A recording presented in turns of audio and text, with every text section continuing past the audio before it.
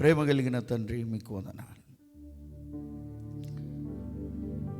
మీరెంతైనా నమ్మదగిన దేవుడు. నిలబెట్టుకున్న నన్ను మరుగుపరచండి అయ్యా, మీరు కనిపించండి.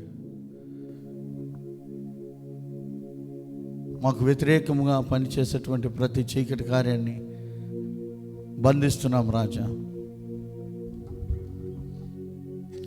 మీ దివ్య సన్నిధిని మాతో ఉంచండి.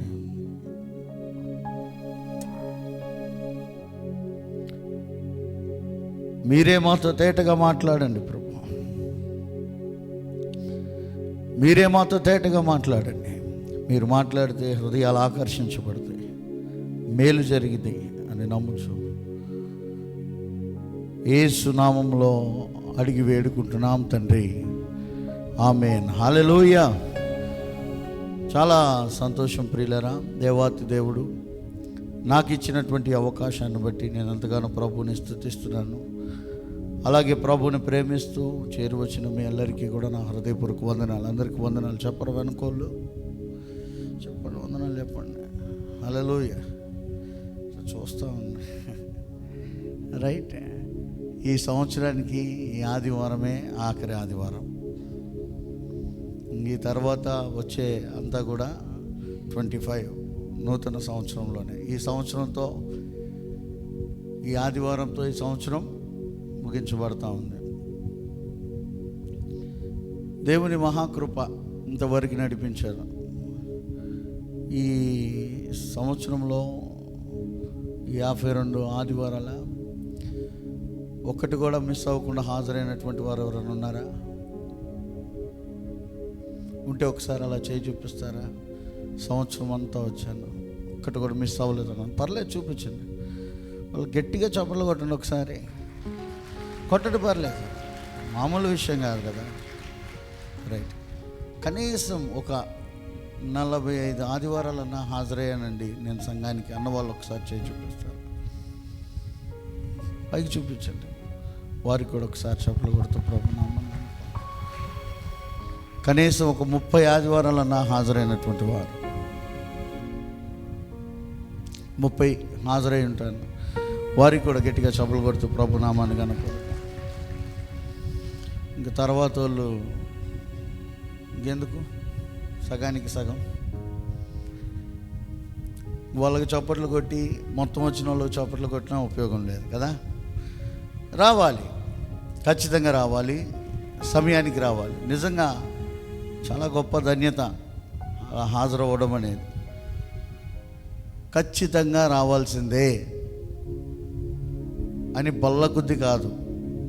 ఇంకా ఏ స్టాండర్డ్స్ ఉన్నా చెప్పడంలో వెనకాడటానికి వీలు లేదు. రావాల్సిందే, రావాలి, అది రూల్, అంతే, తప్పదు. ఎవరి కోసం? నా కోసం నేను, మీకోసం మీరే. కాబట్టి ఖచ్చితంగా హాజరవ్వాలి. అయితే దేవుని మహాకృప ఏంటంటే కొద్దిగా అటు ఇటు ఉన్న ఈ వారం వరకు కూడా సజీవ లెక్కలో ఉంచి మనల్ని అందరినీ కూడా ఆయన సన్నిధిలో చేర్చి ఆయన్ని స్తుతించేటువంటి భాగ్యాన్ని ఇచ్చాడు. ఆమేన్. హల్లెలూయా. అయితే ఇంకొక 2.5 రోజుల్లో ఈ సంవత్సరాన్ని మనం వదిలేస్తున్నాం. రేపు 30, 31 రాత్రి, మ్యాక్సిమం 1.5 రోజు. ఈరోజు ఇక తీసేస్తే అయిపోతుంది కనుక. ఎందుకంటే ఈ ప్రేయర్ అయిపోయిన తర్వాత మీరు అలా వెళ్ళి అలా భోజనం చేసి అలా కూర్చునే లోపు మీకు టీటీఐ స్టార్ట్ అయిపోయింది. మళ్ళీ సాయంత్రానికి సంవత్సరాంతర ఉపవాసాలు ఉన్నాయి. దానికి ఖచ్చితంగా రావాల్సిందే, అందరూ ఖచ్చితంగా రావాలి. ఈ సంవత్సరం అంతా దేవుని దగ్గర మనం ఏమన్నా పొరపాటు పడ్డామా, తప్పిపోయామా, ఎక్కడైనా దేవునికి వ్యతిరేకంగా బ్రతికామా, ఇవన్నీ కూడా సరి చేసుకోవడానికి మనకున్నది ఈ రాత్రి, రేపు రాత్రి. ఈ 2 రాత్రుల్లో మనం ప్రార్థనకి రాకుండా నూతన సంవత్సరంలో అడుగు పెడితే బయట ఉన్నటువంటి ఎల్లయ్య వచ్చాడు, మనము వెళ్ళాం, అంతే. ఓ ప్రత్యేకత ఏం లేదు. బయట ఉన్నటువంటి సహోదరుడు అంటే అన్యుడు 25లో అడుగు పెట్టాడు, మనము అడుగు పెట్టాం. పెద్ద మార్పేమీ లేదు. కానీ నూతన సంవత్సరంలో అడుగుపెట్టే ముందు ఈ 2 రోజులు నీవు దేవుని సన్నిధిలో హాజరై ఈ 12 నెలల్లో ఒకవేళ మన విశ్వాస జీవితంలో మనం ఎక్కడైనా తప్పిపోయామా, సరి చేసుకోవాల్సింది ఉందా, నేర్చుకోవాల్సింది ఉందా, ఇవన్నీ ప్రభు దగ్గరికి వచ్చి ప్రాధాయపడి కన్నీరు కార్చి తిరిగి నూతనంగా మార్చబడి ఇలా అడుగు పెడితే ఉపయోగం లేదు. ఒక ప్రత్యేకంగా అడుగు పెట్టాలి. గట్టిగా స్తోత్రం చెప్దాం. హల్లెలూయా. కాబట్టి మనం మరి భయభక్తులతో దేవుని సన్నిధికి హాజరవుతూ దీవించబడాలని ఆశపడుతూ ఉన్నాను. లూకాసు వార్త 15వ అధ్యాయం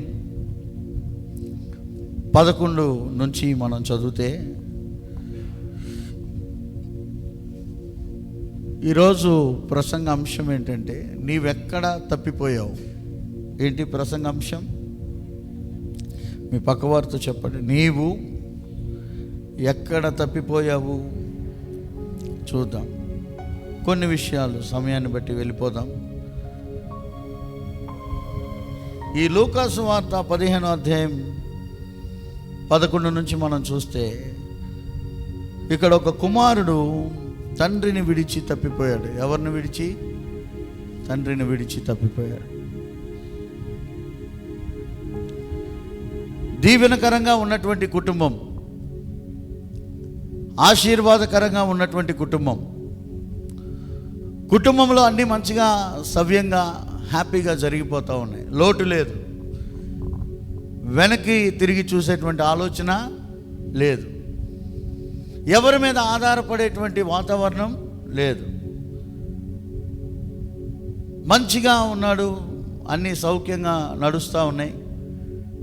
ఇంట్లో బోళ్ళంతమంది పని వాళ్ళు కూడా ఉన్నారు. సమృద్ధి కలిగినటువంటి ఇల్లు, ఏదీ లోటు లేదు.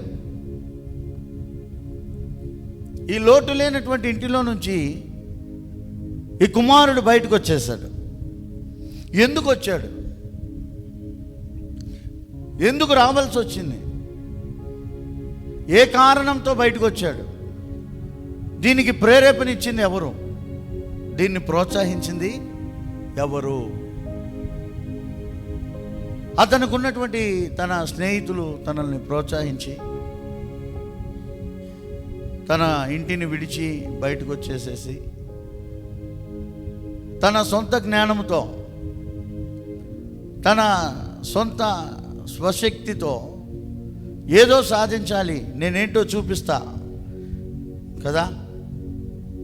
ఈరోజు సాధారణంగా కుర్రోళ్ళు మాట్లాడేదంతా ఇదే. కొద్దిగా చదువుకొని ఒక 1 lakh 2 lakh శాలరీ రాగానే తల్లిదండ్రులకే కబుర్లు చెప్పేస్తూ ఉంటారు. తల్లిదండ్రులు కూడా ఎలా అయిపోయారంటే, వాడికి ఏమండి, వాడు 2 లక్షలు సంపాదిస్తున్నాడు అంటే వాడికి తిరుగులేదు, ఇంకా వాడిష్టం అని అనకూడదు. దాన్ని ఎలా మెయింటైన్ చేయాలో నేర్పించాలి. దాన్ని ఎలా వాడుకోవాలో నేర్పించాలి.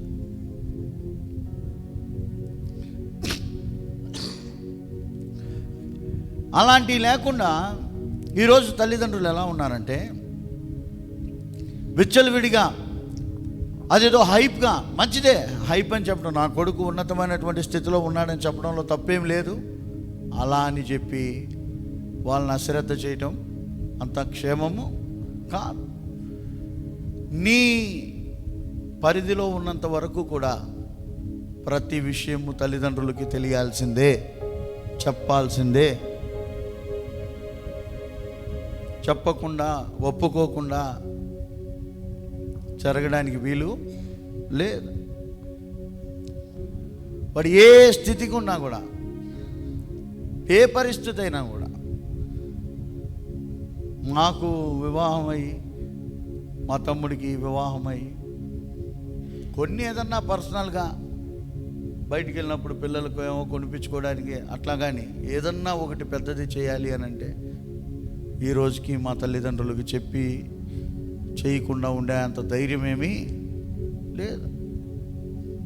నా బైక్ ఒకరికి ఇస్తే నా బైకు వాళ్ళు తీసుకెళ్ళి పడేశారు, పాడైపోయింది. అసలు దాన్ని చూస్తే నాకు ఒకలాగుంది. దాని మీద మళ్ళా ట్రావెల్ అవ్వాలంటే అది యాక్సిడెంట్ బైక్ లాగుంది. చాలా రోజులు ఇంటి ముందే పెట్టాను. దాన్ని మార్చేసుకోవడం, కొనుక్కోవడం పెద్ద విషయం ఏం కాదు, ఇంకోటి తెచ్చుకోవడం. కానీ నాకు ముందు నా పైన ఎవరున్నారు? మా నాన్నగారు ఉన్నారు. ఆయన కాదండు, వద్దనడు, కానీ చెప్పి చేయడం అది వాళ్ళకి సంతోషం, మనకి సంతోషం. సో నేనేమంటానంటే, కొంతమంది వినరు, అసలు మొండిగా ప్రవర్తిస్తారు. అలాంటి వాళ్ళు ఈ కుమారుడు. ఇప్పుడు నేను చెప్పేటువంటి కుమారుడు ఎలాంటి వాడంటే, ఎంత చెప్పుంటాడో ఆ తండ్రి. ఇంతకేం చెప్పారు ఆ పిల్లలు బయట ఉన్నటువంటి స్నేహితులు అని అంటే, రే మీ దగ్గర బోల్డన్ని డబ్బులు ఆస్తులు ఉన్నాయి కదా, నీకు రావాల్సినటువంటి నీ భాగాన్ని నువ్వు తీసేసుకో అని చెప్పినప్పుడు వాడు వాళ్ళ నాన్న వాళ్ళ దగ్గరికి వచ్చి నాది నాకు ఇచ్చేసేయండి అని అంటే, ఇస్తారా? ఎప్పటికైనా నీదే, కానీ ఇప్పుడు నువ్వు తీసుకోవడానికి నీకు ప్రాయం లేదు. నీకంత వయసు లేనప్పుడు ఇది ఎందుకు నువ్వు పాడు చేసుకుంటావు? వద్దు, మాకు తెలుసులే, నీకంటే బాగా తెలుసు, దీన్ని ఎలా మెయింటైన్ చేయాలో తెలుసు, దీన్ని ఎలా ఖర్చు పెట్టాలో తెలుసు, దీన్ని ఎలా సమర్థవంతంగా వాడాలో నాకు తెలుసు అని అన్నాడు. ఆ తండ్రే కాకుండా చాలామందితో చెప్పించుకొని ఉంటాడు పాపం. అవన్నీ రాయరుగా. మన పిల్లలు మన మాట వినకపోతే అంతటితో వదిలేస్తామా? మన ఇంట్లో వాడిని ప్రేమించే వాళ్ళు, వీడి కొద్దిగా దగ్గరగా ఉన్న వాళ్ళతో ఏం చేస్తాం? కొద్దిగా తీసుకెళ్ళి చెప్పురా. మళ్ళీ మేము చెప్పామన్నట్టుగా కాకుండా, మేము చెప్పామంటే అదో ఫ్రస్టేజ్. మళ్ళా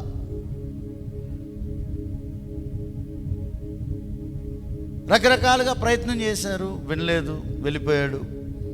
ఆ ఉన్నటువంటి ఆస్తి అంతటిని కూడా క్యాష్ చేసుకున్నాడు. మంచి పని కోసం వాడలేదు, నష్టం చేసే పనులు, దుర్వ్యాపారాలు చేశాడు. వాడితో ఉన్నటువంటి ఆ స్నేహితులందరూ కూడా లబ్ధి పొందారు, వీడు నష్టపోయాడు. తిరిగి వీడి దగ్గర ఏమీ లేనటువంటి దుస్థితి అయిపోయింది. ఆకలితో ఉన్నాడు, హెయిర్ పెరిగిపోయింది, బట్టలు మాసిపోయినాయి. ఎక్కడికి వెళ్ళాలో, ఎవరిని అడగాలో, ఏం చేయాలో అర్థం కాలేదు. ఎందుకంటే ఇంట్లో నుంచి సమాధానంగా వచ్చాడు బయటికి.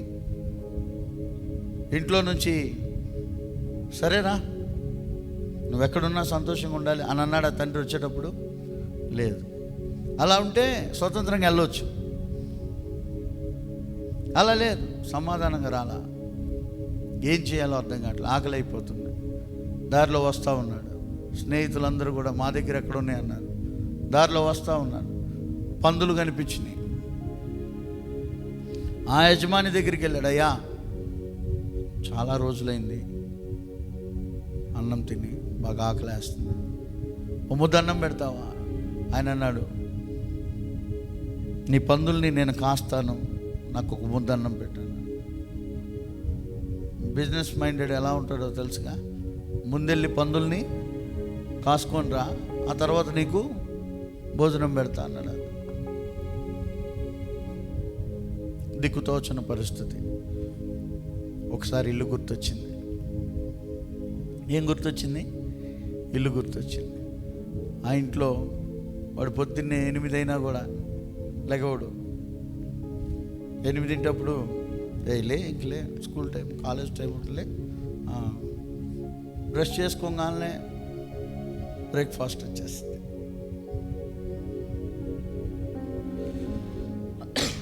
తినేసి చేయగడుకొని వెళ్ళిపోవడం, ఆ ప్లేట్ కూడా తీసేయడానికి పనోళ్ళు ఉన్నారు. అలాంటి ఉన్నతమైనటువంటి స్థితి ఒకసారి గుర్తొచ్చి ఏదైతే అదైంది. ఏదైతే అదైంది. ఈ బ్రతకొద్దు. మా నాన్న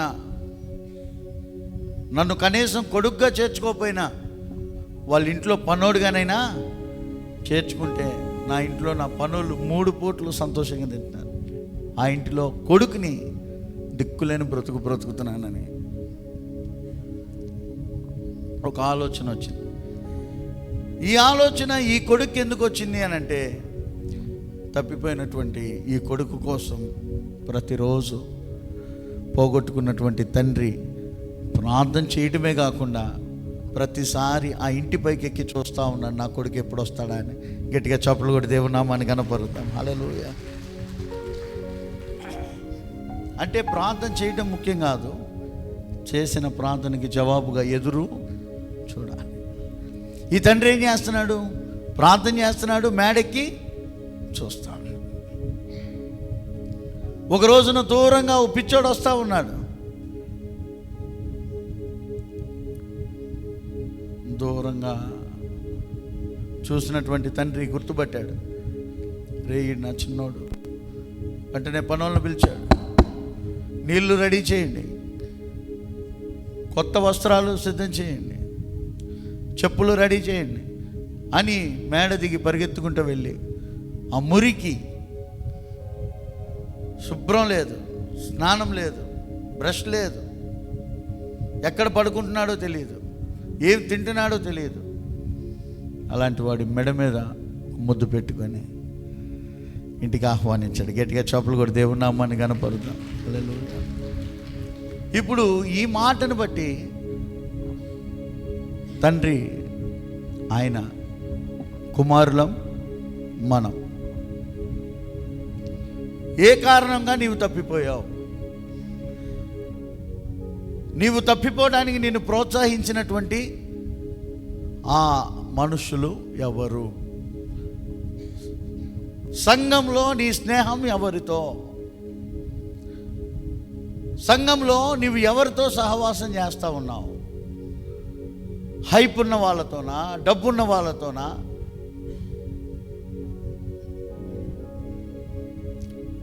లేకుంటే నీ కులం అనిపించబడినటువంటి పరిధిలోనా, లేకపోతే దేవుని బిడ్డలతో నువ్వు సహవాసం చేస్తూ ఉన్నావు? ఎవరితో నీ సహవాసం? ఏ సహవాసాన్ని నీవు కలిగి ఉన్నావు సంఘంలో? నీ పిల్లల్ని స్కూల్కి పంపిస్తూ నీ పిల్లలకి నీవు ఒక మాట చెప్తావు, ఏమని? అరే, చదివే వాళ్ళతో సహవాసం చేయి.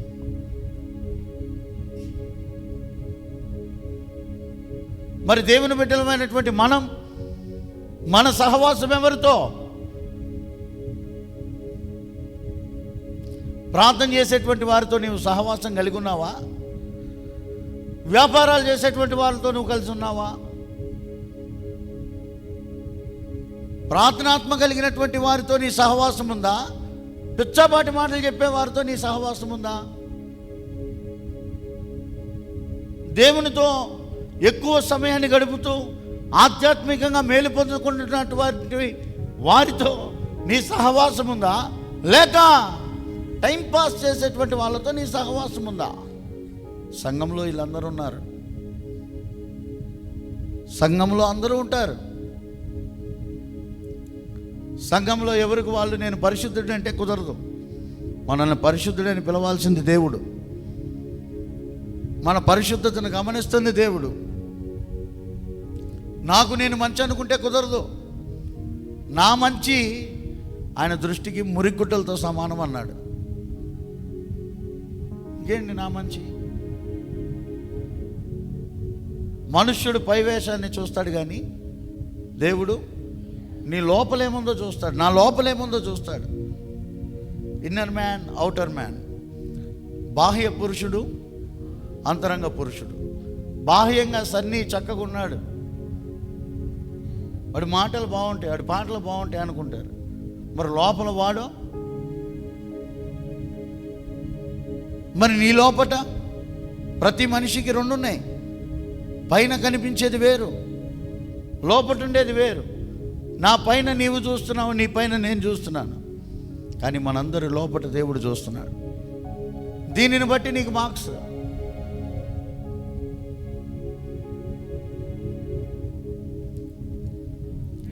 కాబట్టి బాగా గమనించాలి, ఎలా ఉంది మన పరిశుద్ధ జీవితం, ఏ విషయాల్లో మనం తప్పిపోయాం. సంఘంలో మనకు కొన్ని క్రమాలు ఉన్నాయి. సంవత్సరంలో బైబిల్ చదవడానికి మా నాన్నగారు నా ఊహ తెలిసిన కాడ నుంచి చాలా ప్రయాసపడతా ఉన్నారు. ఈ చర్చి కాదు, ఇంకా పాత చర్చి ఉన్నప్పటి నుంచి వాటి కోసం పాంప్లెట్స్ ప్రింట్ చేసి ఇచ్చేవాళ్ళు. రోజుకి 3 అధ్యాయాలు, ఆదివారం హాలిడే కనుక 5 అధ్యాయాలు చదివితే రేపు డిసెంబర్ 31కి అయిపోయింది, బైబిల్ అంతా అయిపోయింది. అది కూడా ఎలా అయింది, హడావుడిగా అవ్వదు, చాలా నిదానంగా స్పష్టంగా. ఈ 12 నెలల్లో ప్రతిరోజు ఒకరోజు వాక్యం చదువుతున్నప్పుడు నువ్వు నవ్వుతూ ఉంటావు, ఒకరోజు అదే వాక్యం చదువుతున్నప్పుడు నీకు తెలియకుండా ఏడుస్తూ ఉంటావు. ఎందుకంటే నువ్వు అంత క్లియర్గా చదవగలుగుతావు, అంత అవకాశం. ప్రతిరోజు ఎన్ని అధ్యాయాలు, ఆదివారం అయిపోయింది. జనవరి 1 స్టార్ట్ చేస్తే 31కి అయిపోయింది. మరి ఈ విషయంలో ఎంతమంది యవనస్తులు పర్ఫెక్ట్గా ఉన్నారు? దేవుని పని అంటే ఓన్లీ చిన్న చిన్న చిన్న చిన్న పనులే కాదు, అవన్నీ చేయకపోయినా నడుస్తాయి. మాకు ఫస్ట్ మా నాన్నగారు చూపించిన మాదిరి ఏంటంటే, అప్పట్లో ఎవరు కుర్రోళ్ళు లేరు, ఎవరూ లేరు. ఒకవేళ మన కుమారు, మన ప్రసన్న బాబు ఉన్నారంటే వాళ్ళు అసలు ఇంత పిల్లలు, వాళ్ళు ఇప్పుడే పెద్దోళ్ళు అయిపోయేట్టున్నారులే, కానీ చిన్నపిల్లలు వాళ్ళు. మా నాన్నగారు ప్రతి ఆదివారం పొద్దున్నే లేచి ఓ బకెట్ నీళ్ళు తీసుకొని చర్చిలో పెట్టి ఫస్ట్ ఆ చర్చ్ అంతా ఊడ్చి తుడిచేవాడు. అప్పుడు మాఫ్ కూడా మామూలు. ఆ తర్వాత రమేష్ అని ఒక ఎస్సీ హాస్టల్లో చదువుకునేటువంటి కుర్రోడు, వాడు చిన్న టవల్ ఒక బన్నీ వేసుకొని ఇక్కడికి వచ్చి వాడు చేసేవాడు ఈ పని. ఎదురు రోడ్డు పైన ఉన్నటువంటి హాస్టల్లో చదువుకుంటూ వాడు అలా ఎలా అయిపోయాడంటే మా ఇంట్లో పిల్లోడిలాగా అయిపోయాడు. వాడికి పెళ్ళి అయిపోయింది, వాడికి పిల్లలు. మేమే మర్చిపోయాం, కానీ మా నాన్నగారు ప్రతి సంవత్సరం వాడికి మాకు తెలియకుండా ఏదో ఒకటి చేస్తూనే ఉంటాడు. వాడికి ఎప్పుడు ఏదో ఒకటి చేస్తూనే ఉంటాడు, ఇంట్లో పిల్లోడిలాగా అయిపోయాడు. అలా మేము కూడా ఆ పనులు నేర్చుకున్నాం. ముందు ఊడవటం తుడవటం నేర్చుకున్నాం. ఏంటది? చర్చి. మా ఇల్లు అయితే ఊడిపించలా. మీకు కూడా తెలుసా, ఇప్పటికి కూడా మేము మోటార్ స్విచ్ చేసే పని లేదు, ఎందుకంటే మాకన్నీ మా నాన్నగారే చేస్తాడు. ఇప్పటికి కూడా, ఈ రోజు కూడా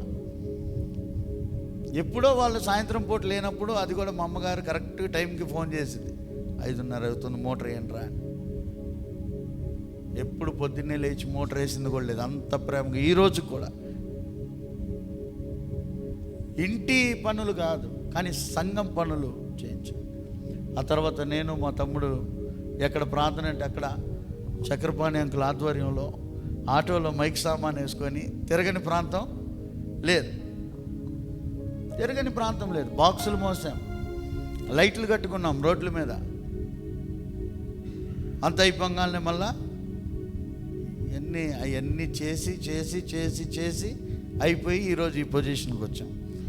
ఇప్పుడున్న పిల్లలు ఏమనుకుంటారంటే, వీళ్ళకి ఏం తెలుసు అనుకుంటారు. ఏమెందుకు తెలియదు, అన్నీ చేశాం, మామూలుగా చేయలే. ఎవరున్నారు అప్పట్లో? నేను, మా తమ్ముడు, ఇంకొంతమంది. అప్పట్లో వచ్చేసరికి భాషాన్నోళ్ళు ఇల్లు కూడా మధ్యలోనే వచ్చారు. మొదటి నుంచి చాలా తక్కువ మంది ఉన్నారు. కానీ దేవుని పనిలో సిగ్గుపడకుండా చేశాం.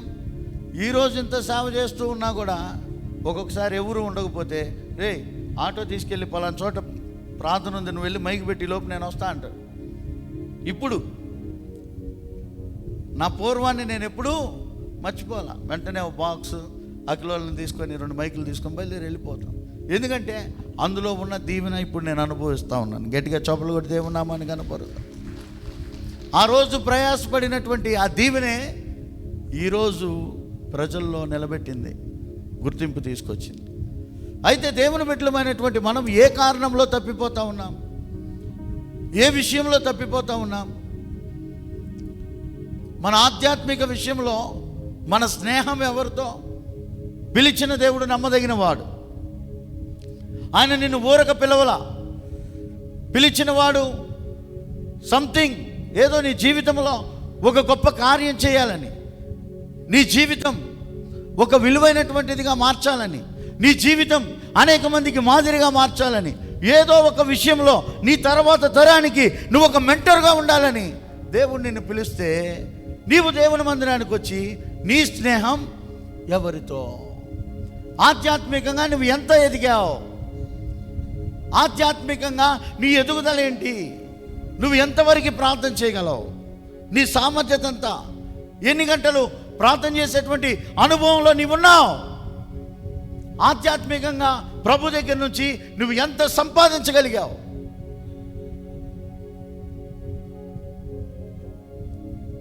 బాప్తిసాలు తీసుకొని 40 సంవత్సరాలు, 30 సంవత్సరాలు, 15 సంవత్సరాలు, 10 సంవత్సరాలు లోకంలో ఉన్నటువంటి అన్ని విషయాలు తెలుసు, అన్ని కబుర్లు తెలుసు, కానీ వాక్యానికి సంబంధించినటువంటి అవగాహన లేదు. బైబిల్లో ఎన్ని పుస్తకాలు ఉన్నాయి మొత్తం? గట్టిగా చెప్పాలి, ఎన్ని ఉన్నాయి? 66. 66 చెప్పగలిగిన వారు ఒకసారి చేయి చూపిస్తారా? ఏది నీ ఎదుగుదల? ఎన్ని ఆజ్ఞలు ఇచ్చాడు దేవుడు బైబిల్లో? ఎంతమంది చెప్పగలరు? యేసయ్య శిష్యులు ఎంతమంది? ఆ 12 మంది పేర్లు ఎంతమంది చెప్పగలరు? ఏది నీ ఎదుగుదల? ఎస్, ఇక్కడికి వచ్చినప్పుడు మన ప్రైమ్ మినిస్టర్ ఎవరని అడగరు. ఇక్కడ మన సీఎం ఎవరని అడగరు. ఇక్కడ ఇవే అడుగుతారు, ఎందుకంటే ఇవే బోధిస్తున్నాం కాబట్టి. మినిమం బేసిక్స్ కూడా మనం తెలుసుకోకుండా ఇన్ని సంవత్సరాల మన విశ్వాస జీవితంలో మనం ఏమి నేర్చుకోగలిగాం? దేవుడు మనల్ని అదే అడుగుతాడు, ఏమి నేర్చుకోగలిగాం? ఒకవేళ నువ్వు ఏ విషయంలో తప్పిపోయానో నాకు తెలియదు, నేను ఏ విషయాల్లో తప్పిపోయానో మీకు తెలియదు, కానీ తప్పిపోయిన మాట అయితే వాస్తవం. సరి చేయబడడానికి దేవుడు మనకు అనుకూలమైన సమయం ఇచ్చాడు. ఇలా మనం నూతన సంవత్సరంలో అడుగు పెట్టడానికి వీలు లేదు. 27వ వచనాన్ని మనం గమనిస్తే తండ్రి ఒక మాట అన్నాడు. 24 సారీ అండి అక్క, మైక్ లేదా? ఈ నా కుమారుడు ఏమయ్యాడంట?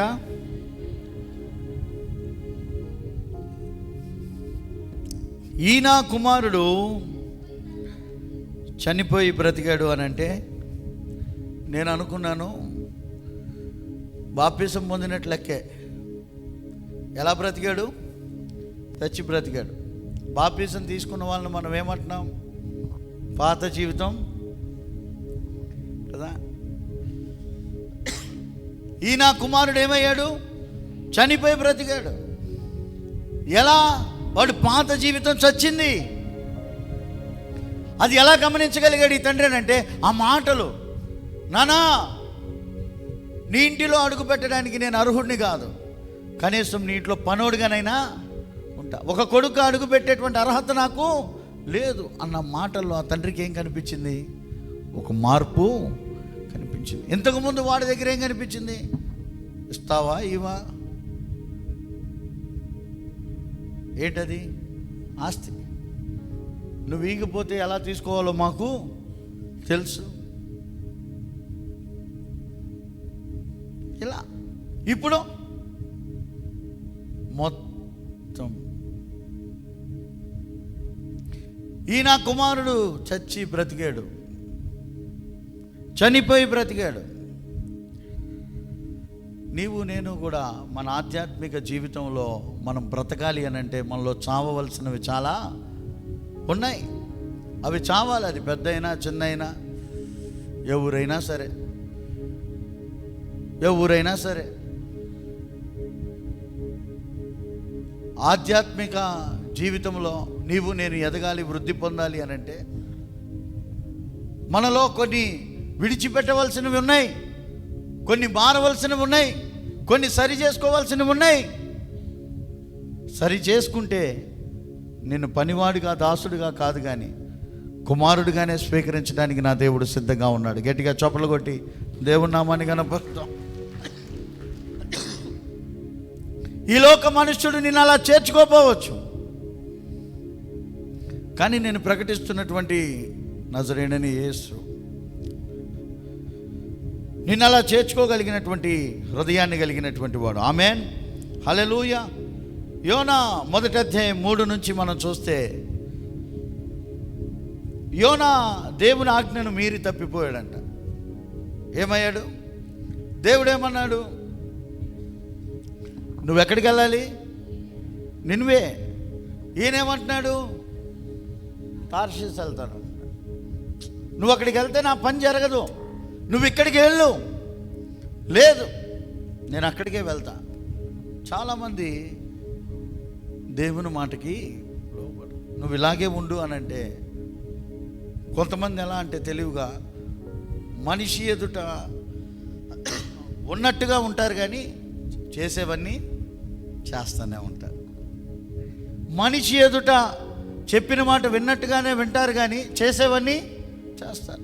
ఇక్కడ నిలబడినటువంటి దైవజనుడు నీకు ఏదైతే మేలు కాదు అని అన్నాడో తక్షణమే అది నీ జీవితానికి మంచి అనిపించినా కూడా విడిచిపెట్టాల్సిందే. Amen. All good things are not god things. అన్ని మంచి పనులు కూడా దేవుని పనులు కాదు. ఏదో మంచి జరిగింది అనగానే ప్రతి మంచికి కూడా దేవుడే దేవుడే దేవుడే అనకూడదు. సాతానుగాడు కూడా చాలా తెలివైనోడు. నీకు చెడు చేస్తే నువ్వు రావు, అందుకే నీకు మంచి చేసి లాగుతాడు. All good things are not god things. అన్ని మంచి పనులు కూడా దేవుని పనులు కాదు. నిన్ను మంచి పనుల ద్వారా ట్రాప్ చేసి దేవుని సన్నిధి నుంచి నిన్ను డిస్ట్రాక్ట్ చేస్తాడు. ఏంటంటే ఈరోజు ప్రార్థనకు రాలేకపోయారంటే అదొక పెద్ద మంచి పనే, అందుకు వెళ్ళానండి. అవునా? ఈరోజే కనుక నువ్వు వచ్చుంటే ఎన్నో సంవత్సరాల క్రితం ఆగిపోయినటువంటి సంథింగ్ దేవుడు ఏదో నీకు విడుదల చేసేవాడు. ఇది పోయింది ఆ పెళ్ళి తర్వాత, ఇది పోయింది ఆ ఫంక్షన్ తర్వాత, ఇది పోయింది ఇంకొక బర్త్డే తర్వాత, ఇది పోయింది, అసలైంది పోయింది నీ జీవితంలో. దేవుని సమయం అంటే దేవుని సమయమే, దేవుని మాట అంటే దేవుని మాటే. ఇది మళ్ళా వేరొకరికి ఇచ్చి వారితో నువ్వు సంతోషంగా గడపడానికి వీలు లే. దేవునికి ఇవ్వవలసినటువంటి ప్రయారిటీస్ నీవు దేవునికి ఇవ్వాలి. మిగతా 6 రోజులు నీ ఇష్టం. ఆదివారం వస్తే నువ్వు ఖచ్చితంగా దేవుని సన్నిధికి హాజరవ్వాల్సిందే. గౌతమ్ సవాంగ్ గత ప్రభుత్వంలో ఒక ఉన్నతమైనటువంటి పదవి కలిగినటువంటి డీజీపీగా ఉన్నారు. విజయవాడలో ఉంటారు. ప్రతి ఆదివారం ఇక్కడి నుంచి హైదరాబాద్ వెళ్ళి మన శామ్యుల్ పట్టా గారి సర్వీస్లో పాల్గొని మళ్ళీ వచ్చేవాళ్ళు. ఆయనకి ఎన్ని బాధ్యతలు ఉన్నాయి? నాకు తెలిసి సీఎం గారి తర్వాత ఆ స్థానం అయింది రాష్ట్రానికి. ఎన్ని బాధ్యతలు ఉన్నాయి? ఆదివారాలు ఎన్నెన్ని భయంకరమైనటువంటి రాష్ట్రాల్లో పరిస్థితులు జరుగుతూ ఉన్నాయి, కానీ ఆయన ఏ రోజు కూడా సర్వీసులు అనుకోరు. అంత ఉన్నతమైనటువంటి స్థితిలో ఉన్నటువంటి వ్యక్తి. లోకల్లో చాలా సంఘాలు ఉన్నాయి, కానీ ఎక్కడైతే బలపరచబడతా ఉన్నాడో, ఎక్కడైతే దీవించబడతా ఉన్నాడో, ఎక్కడైతే వాక్యం ద్వారా ఆశీర్వదించబడతా ఉన్నాడో ఆ స్థలాన్ని విడిచిపెట్టడానికి ఇష్టపడట్లా. మరి నీవు నేను మనము ఆదివారం ఏదైనా పని వస్తే ఇంకంతే సంగతి. ఆదివారం ఎవరైనా చుట్టాలు వస్తే అంతే సంగతి. ఆదివారం ఏదైనా ఎవరినైనా కలవాల్సి వస్తే అంతే సంగతి. దేవుణ్ణి ఈజీగా పక్కన పెట్టేస్తాం. నువ్వు ఈజీగా పక్కన పెట్టినట్టు దేవుడు కూడా నీ ఫ్యామిలీని ఈజీగా పక్కన పెడతాయి. ఈరోజు సన్నీకి దేవుడు అవసరం లేకపోవచ్చు, రేపు సన్నీ పిల్లలు పెద్ద అయిన తర్వాత ఎవరు కావాలి? వాళ్ళు బాగుండాలన్నా, వాళ్ళ భవిష్యత్తు బాగుండాలన్నా దేవుడు కావాలి. ఇప్పుడంతా నా ఇష్టం వచ్చినట్టుండి పిల్లలు ఎదిగొచ్చిన తర్వాత అయ్యా అయ్యా అంటే అయితా? దేవుడికి తెలీదా? మోసపోకుడి, దేవుడు వెక్కిరించబడడు. మనుషుడు ఏదైతే విత్తుతాడో అంతే దేవుడు చూడ్డా? అంటే అవసరానికా? ముందు నుంచి లేని భక్తి మధ్యలో ఎలా వచ్చింది? ముందు నుంచి లేనటువంటి ఈ వైరాగ్యం ఇప్పటికిప్పుడు ఎలా వచ్చింది? అంటే అవసరానికా? అవసరానికి వచ్చిన వాళ్ళు బైబిల్లో ఉన్నారు 9 మంది. 10 మంది వచ్చారు మొత్తం. అయ్యా, సమాజం మమ్మల్ని అంటరాని వారుగా చూస్తుంది. మేము ఏ రోజు ఊర్లోకి కూడా ఎంటర్ కాలేదు. మా బ్రతుకులే అధ్వానంగా ఉన్నాయి. మరి ఇది శాపమో ఏమో తెలియదు, కానీ కుష్టుతో పుట్టాం, లెపర్సీ. ఈ బ్రతకలేకపోతున్నాం, మమ్మల్ని బాగు చేయ్యా అంటే మీరు వెళ్ళండి, అక్కడ చర్చి ఉంది అని అన్నాడు. అక్కడికి వెళ్తూ ఉండగానే వీళ్ళలో మార్పు వచ్చేస్తూ ఉంది. ఆ కుష్టు అంతా పోతూ ఉంది. అందులో ఒకడు గుర్తించాడు, అరే నాకు కుష్టి పోయిందిరా, నాకు అద్భుతం జరిగిందిరా. వెంటనే పరిగెత్తుకుంటూ ఆయన దగ్గరికి వెళ్ళాడు. ఆయన కాళ్ళ మీద పడ్డాడు. అయ్యా, సమాజం అంతా కూడా మమ్మల్ని చిన్న చూపు చూసింది. నీ మాట విన్నామో లేదో మా దేహం గొప్ప మార్పు కలిగిందని అన్నాడు. ఓకే ఫైన్, మీరు ఎంతమంది వచ్చారు అన్నాడు. 10 మంది వచ్చారు. మరి మిగతా 9 మంది? ఇప్పుడు వాళ్ళకి అలా 9 మందిలాగా మనలో ఎంతమంది ఉన్నారు? ఏదో బాగోకపోతే అప్పటికప్పుడు పరిగెత్తుకొని వచ్చి అయిపోయిన తర్వాత మర్చిపోతే ఎలా? ఎవరో ఒక ఆమె మన పాత మందిరం ఉన్నప్పుడు క్యాన్సర్ నుంచో ఏదో గడ్డ నుంచి అద్భుతం జరిగి పోయింది, బాగుపడింది. ఇంకా ఆమె చర్చికి రావట్లేదంట. మా నాన్నగారు ఎప్పుడో సైకిల్ వేసుకొని అలా రోడ్డు పైన వెళ్తూ ఉంటే ముందు రిక్షాలో కనిపిస్తే, అమ్మా మీరు పలానా కదా, పాస్టర్ గారు బాగున్నారా అందంట. బాగున్నాను. చర్చికి రావట్లేదమ్మా అంటే ఇంకెందుకు అందంట. ఏముంది అంటే నువ్వు దేనికోసం వచ్చావు అంటే గడ్డ కరిగించిన దేవుడికి మళ్ళీ పుట్టించడం రాదా? అంటే అవసరానికి వచ్చావా? నీ అవసరం తీరినాక వదిలేస్తావా? ఎంతోమంది ఇలా దేవుని మాట వినకుండా ఆధ్యాత్మిక జీవితంలో దేవుడు నిన్నేదో ఒక ప్రత్యేకమైనటువంటి రంగంలో వాడుకోవాలని ఆశపడతా ఉంటే నీవేమో సేవకుణ్ణి మోసం చేస్తూ, దేవుణ్ణి మోసం చేస్తూ, వీళ్ళని మోసం చేస్తున్నానేమో అని అనుకుంటూ నిన్ను నువ్వు మోసం చేసుకుంటున్నావు. హల్లెలూయా, దేవునికి స్తోత్రం కలుగును గాక. అయితే దేవుని మాట వినకుండా వెళ్ళిపోయాడు. మొన్న నేను మీకు నా సాక్ష్యం చెప్పాను, యూత్ మీటింగ్ రోజు. వదిలేశాడు దేవుడు? వదల్లా. కాలు ఇరిగింది, చెయ్యి ఇరిగింది, మంచం మీద కూర్చోబెట్టాడు. మామూలుగా కాదు. ఒక ఏజ్ వచ్చినాక పాపం మా తమ్ముడు నాకు మామూలు సేవలు చేయలే, ఎప్పటికీ మర్చిపోలేను. మరి ఇంకెవరున్నారు నాకు? నేను వాష్రూమ్కి వెళ్ళాలన్నా కూడా ఎవరో ఒకళ్ళు రావాలి. దిక్కుమాలిన పరిస్థితి. మంచం మీద కూర్చొని దిగులుగా చూస్తూ ఉంటే ఎవరు వస్తారా, నన్ను ఎవరు తీసుకెళ్తారా, ఎవరిని అడగలను? అది ఇప్పుడు ఊహించుకుంటే ఎంత. అది తెచ్చుకుంది ఎవరు? నేనే. ఎందుకు? మాట వెనక. పాపం నాకు స్నానం చేయించాడు, నాకు అన్నీ చేశాడు. ఒకసారి అది కాదు, అసలు నేను తమ్ముడు అని ఎప్పుడు పిలవను, ఎప్పుడు డార్లింగ్ అని పిలుస్తున్నా. నా ఫోన్లో కూడా అలాగే ఉండదు. ఎప్పుడు నేను తమ్ముడు అనలా, అరే అనలా, ఏమో డార్లింగ్ అని పిలుస్తాను. నా మామూలు సేవ చేయలేదు వాడు. విపరీతమైన ప్రేమ.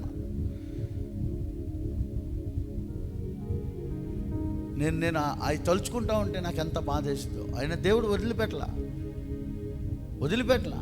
మామూలు విషయం కాదు. నీవు కొన్నిసార్లు లోబడినప్పుడు కొన్ని పరిస్థితులు నీకు వ్యతిరేకంగా వస్తున్నాయంటే నువ్వు రాంగ్ ట్రాక్లో ఉన్నావని అర్థం చేసుకోవాలి.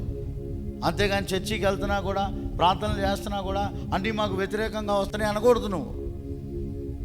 నువ్వు ఎంచుకున్నటువంటి మార్గం నీకు మంచిదై ఉండొచ్చు, అది దేవుని దృష్టికి సరైనది కాదు అని తెలిసినప్పుడు నువ్వు సరి చేసుకోవాలి, జాగ్రత్త పడాలి.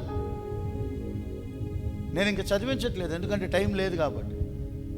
మొదటి దానికి రిఫరెన్స్ చెప్పాను, 15 లూకా 15:11 నుంచి మీరు చదువుకోవచ్చు. రెండోది యోనా 1వ అధ్యాయం 3 నుంచి 17 వరకు మీరు చదువుకోవచ్చు. దేవుడేమో నినివే వెళ్ళమంటున్నాడు, నేనేమో తార్షీష్ వెళ్తాను. సరిపో, ఎలా వెళ్తావో చూస్తా. వెళ్ళాడు, మధ్యలో తేడా జరిగిపోయింది. అందరూ సముద్రంలో పడ్డారు. ఓ చేప వచ్చింది అని మింగేసింది. 3 రోజులు ఎక్కడున్నాడు?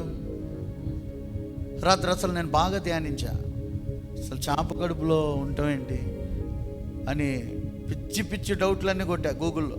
చేప కడుపు అంత ఫ్రీగా ఉంటుందా? ఆ తిమింగలం కడుపు అంత ఫ్రీగా ఉంటుందా? దాని లోపల ఏమన్నా రూమ్ లాగా ఉంటుందా?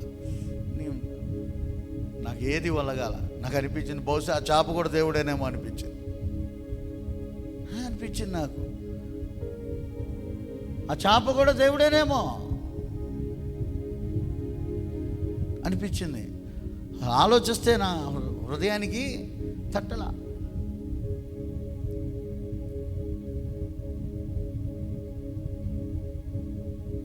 నీ ప్రయాణాన్ని కూడా దేవుడు ఒకవైపుగా నిర్దేశించాడు. ఎప్పుడైనా సంఘానికి వచ్చేటువంటి మనం, రక్షించబడి బాప్తిసం తీసుకున్నటువంటి వారు ఒకసారి చేయి చూపిస్తారా? అందరు కూడా ఒకసారి బాప్తిసం తీసుకొని వాళ్ళు ఒకసారి. అంటే మీ ఎవరికి ఆధార్ కార్డులు లేవు,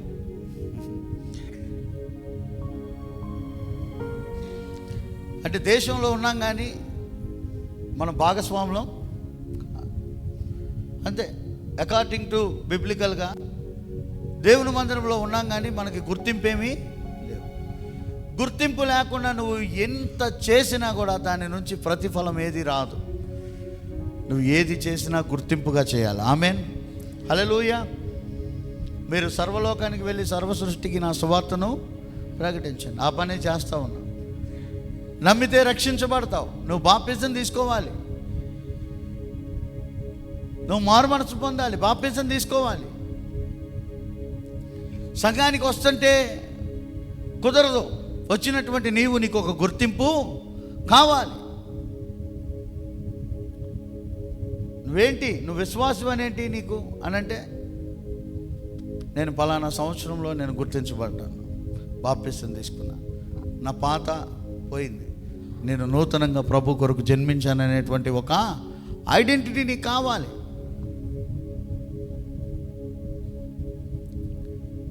బాప్తిసాలు తీసుకోవాలి. వాక్యాలు వింటున్నటువంటి మనం ఈరోజు బాప్తిసానికి అడ్డెవరో తెలుసా?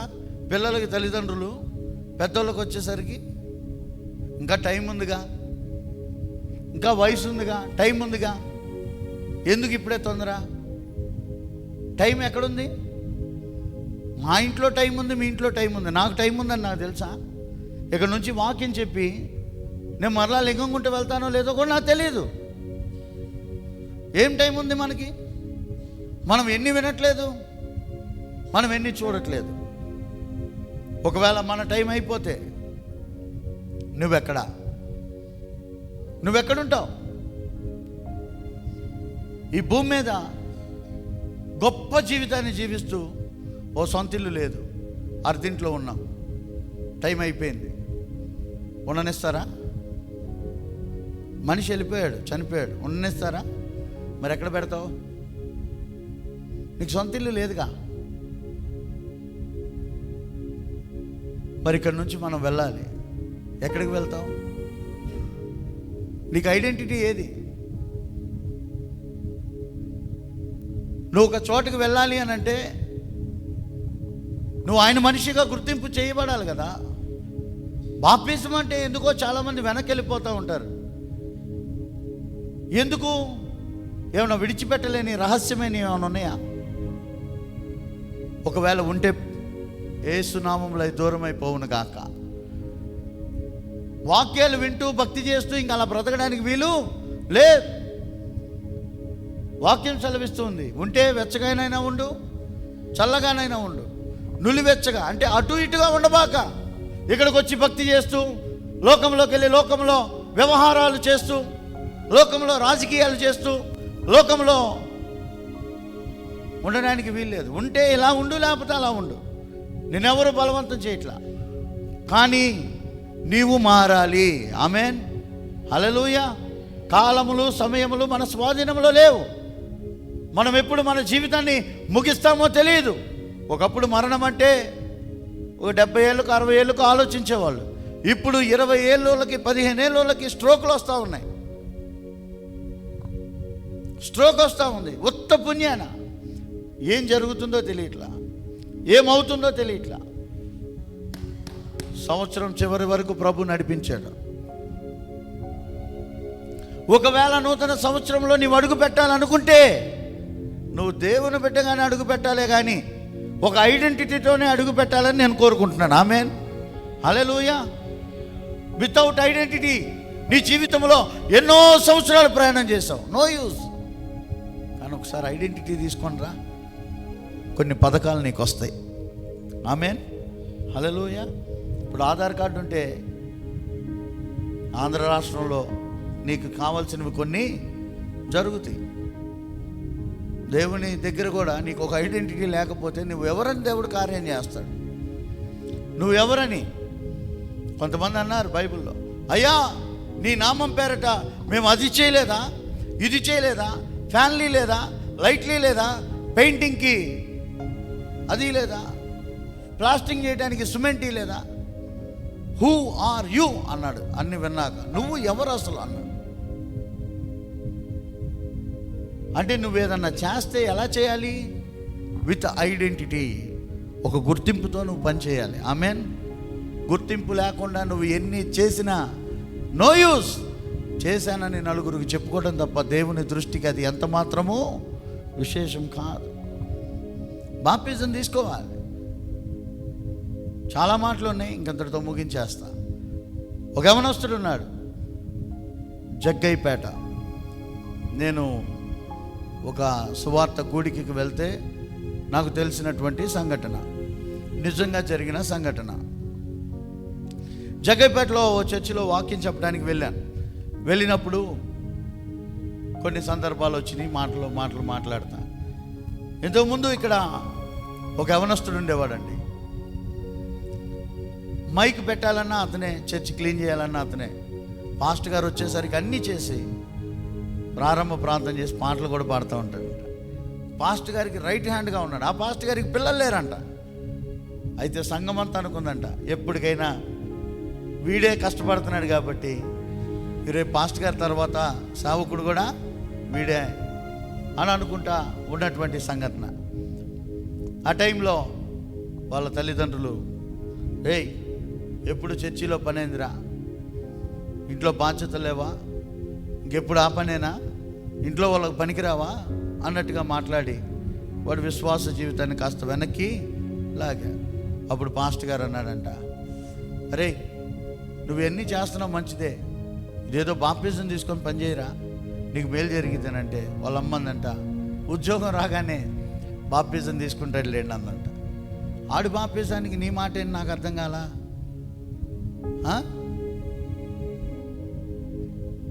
పిల్లలు బాప్టిజం తీసుకుంటాను చేయొద్దాం కానీ ఇంటికి వెళ్ళి నాకు వీళ్ళు పెద్ద పెద్ద స్పీకర్లు అయిపోతున్నారు. ఒకళ్ళు కలవరి సతీష్ గారు, ఒకళ్ళు ప్రవీణ్ గారు. బాప్టిజం అంటే నీకేంటో తెలుసా, అసలు నువ్వు తీసుకున్న నిర్ణయం ఏంటో తెలుసా తెలుసా తెలుసా? ఏం తీసుకున్నారు వాళ్ళు? బతుకు మార్చుకుందాం అనుకుంటున్నారే, వద్దా? నువ్వు చేసే ప్రసంగాలు ఈ ఇంట్లో నీ పిల్లలకి అసలు బాప్టిజం అంటే నీకు తెలుసా అసలు? అరే వాడు నేను ఈ పాపిష్టి జీవితం వద్దు, నేను మంచిగా బ్రతకాలనుకుంటానని ఓ నిర్ణయం తీసుకుంటే, అయ్యా మా అబ్బాయితో మాట్లాడావయ్యా, నీకు దండాలయ్యా అనుకోవాల్సింది పోయి నీకు బాప్టిజం అంటే తెలుసా తెలుసా తెలుసా? నువ్వు చెప్పు మరి. నువ్వు చెప్పు, బాప్తిసం అంటే ఏంటి? ఈ చేయబాక, ఈ చేసావనుకో వాడు నీకు అవమానం తెచ్చేటువంటి ఏదో పని చేస్తాడు. అదే బాప్తిసం తీసుకున్నాడు అనుకో, దేవుడు చూస్తున్నాడు అనేటువంటి భయంతో బ్రతుకుతాడు. పెద్ద పెద్ద బోధకులు అయిపోతున్నారు విశ్వాసులు పిల్లలకి. నేను ఎన్ని చూసుంటాను. మా మీటింగులు పెట్టి బాప్తిసం తీసుకుంటాను 18 మంది చేయెత్తారు. ఆ తర్వాత ఆదివారం అయినాక బాప్తిసంలో చేయెత్తండి 3 ఎత్తారు. మిగతా వాళ్ళు ఏంటంటే ప్రసంగాలకు పడిపోయి, ఈ ప్రసంగాలకు మాటల ఎవడు,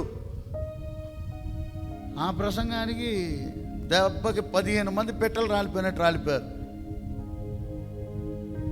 మరి ఆ ప్రసంగికులు ఏమన్నా మందిరానికి వచ్చేవాళ్ళ? లేదు. ఆ ప్రసంగికులైనటువంటి తల్లిదండ్రులు ఏమన్నా సంఘంలో స్థిరంగా ఉండేవాళ్ళ? లేదు. ఇలా బోధ ఫలించింది వాళ్ళు, అసలైన బోధ మాత్రం ఎగిరిపోతాం. బాప్తిసాలు తీసుకోవాలి. ఆమె చెప్పింది, లేదయ్యా ఉద్యోగం రాగానే తీసుకుంటా అంటే. ఇప్పుడు పాస్టర్ గారు దేనికోసం ప్రార్థన చేయాలి? అయ్యా మంచి ఉద్యోగం అంటే, అయ్యా ఉద్యోగం ఇస్తే ఒక ఆత్మ రక్షించబడితే ప్రార్థన చేశాడు. వాడికి ఉద్యోగం వచ్చింది, ఫస్ట్ శాలరీ తీసుకొని వచ్చాడు. అరే గుర్తుందా, ఉద్యోగం వచ్చినాక బాప్తిసం తీసుకుంటా అంటే, చేయనండి పాస్టర్ గారు, ఒక 6 నెలలు అన్నా చేయనండి.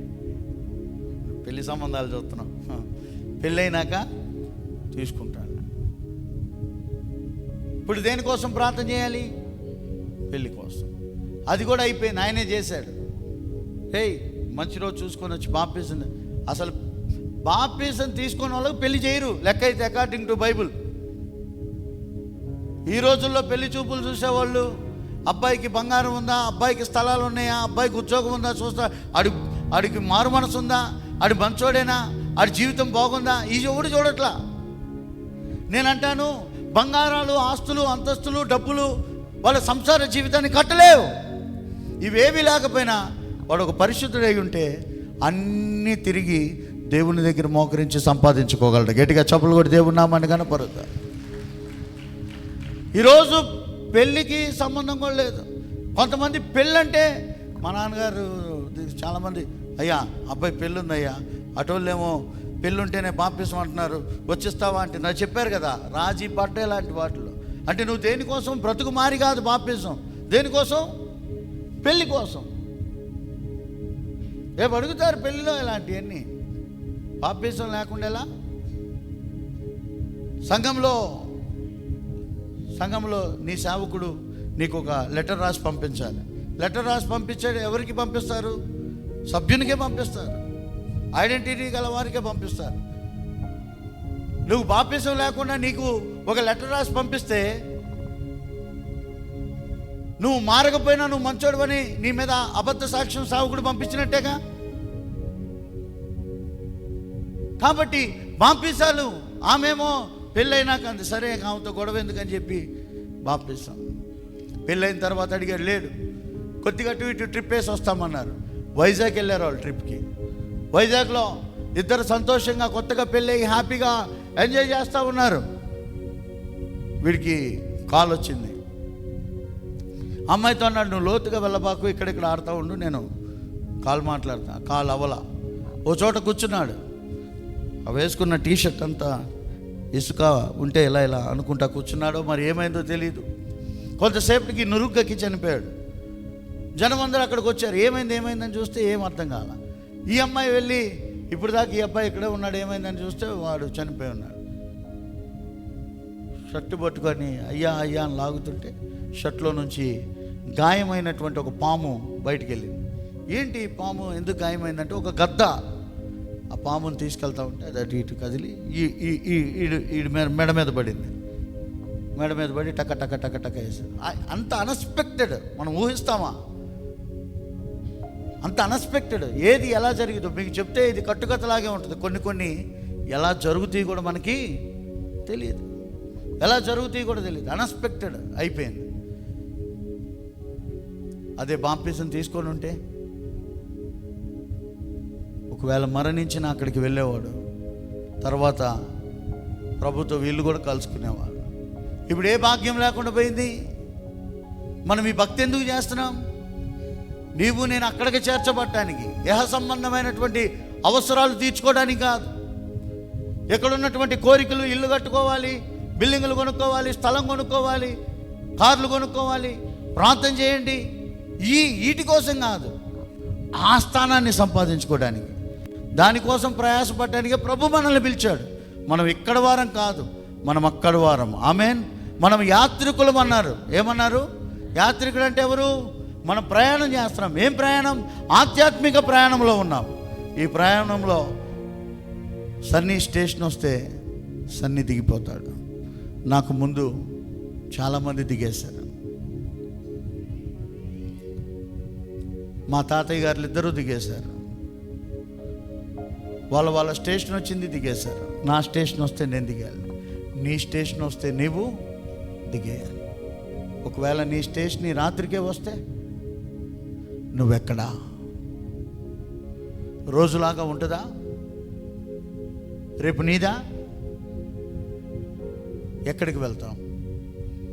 ఒకసారి మనం కళ్ళు మూసుకుందాం. ఎక్కడికి మన ప్రయాణం? 24 అంతా ప్రభు కాపాడాడు. నువ్వు ఎలా ఉన్నా కాపాడాడు, నువ్వు ఎలా బ్రతికినా కాపాడాడు.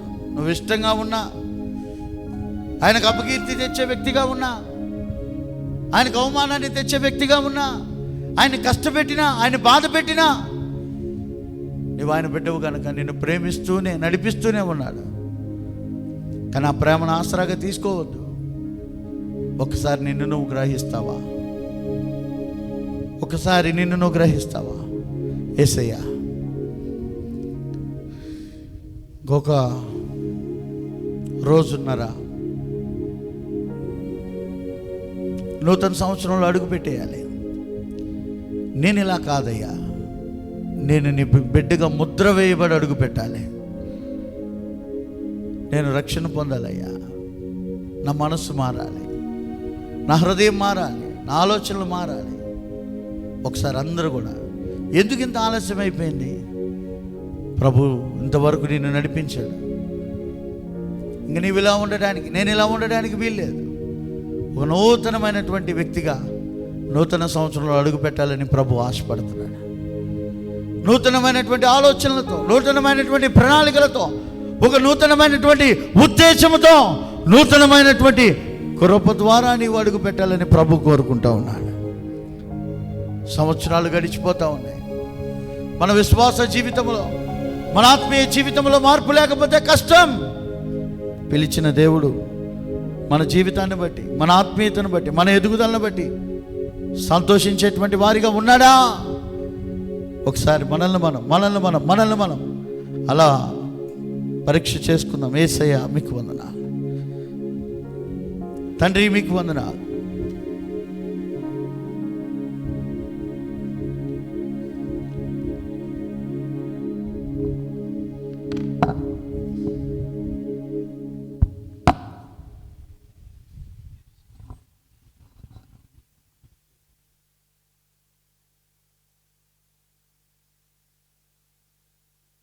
తండ్రి మీకు వందనాలు. విత్తబడిన ప్రతి మాట ప్రతి ఒక్కరి హృదయంలో భద్రపరచబడును గాక. ఒక నూతనమైనటువంటి తీర్మానంతో ముందు కొనసాగించబడటానికి కృప దయచేయమని నజరేయుడైన యేసు నామములో అడిగి వేడుకుంటున్నాం తండ్రి.